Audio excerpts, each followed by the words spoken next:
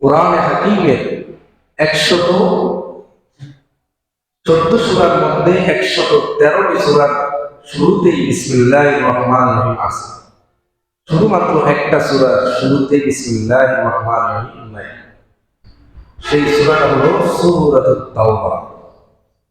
মুফাসসিরিন কেরাম লেখেন কেন সূরা তাওবার শুরুতে বিসমিল্লাহির রহমানির রহিম লেখেন নাই।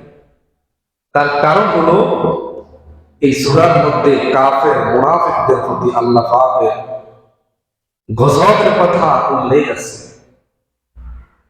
এমনকি আপনার বিভিন্ন বলা মুসিবত সংক্রান্ত সম্পর্কে এই সূরার মধ্যে আয়াত আছে, আল্লাহ তাআলা নির্দেশ দিয়েছে। এই জন্য আল্লাহ তাআলা সূরাতুত তাওবার মধ্যে এই বিসমিল্লাহির রহমানির রহিম আনেন নাই। কিন্তু আপনার বিসমিল্লাহির রহমানির রহিম এই সূরার মধ্যে যদিও না আনে, কিন্তু অন্য একটা সূরার মধ্যে আল্লাহ তাআলা বিসমিল্লাহির রহমানির রহিম নিয়ে এসেছেন। যেমন সূরা নামলের মধ্যে আল্লাহ তাআলা একটা আয়াত নাযিল করেছেন বিসমিল্লাহির রহমানির রহিম।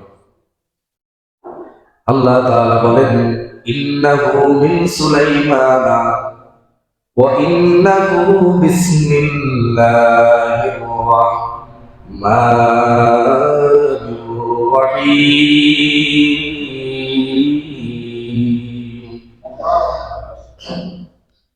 তাহলে যদিও আল্লাহ তাআলা সূরা তাওবার মধ্যে বিসমিল্লাহ আনেন নাই, কিন্তু অন্য একটা সূরার মধ্যে আল্লাহ তাআলা আলাদাভাবে বিসমিল্লাহ নাযিল করেছে। তাহলে পুরা কোরআনের মধ্যে যত সূরা বিসমিল্লাহ সংখ্যা কত? 14 বার। 114 বার বিসমিল্লাহ আছে কোরআনের মধ্যে। বিসমিল্লাহ অনেক গুরুত্ব।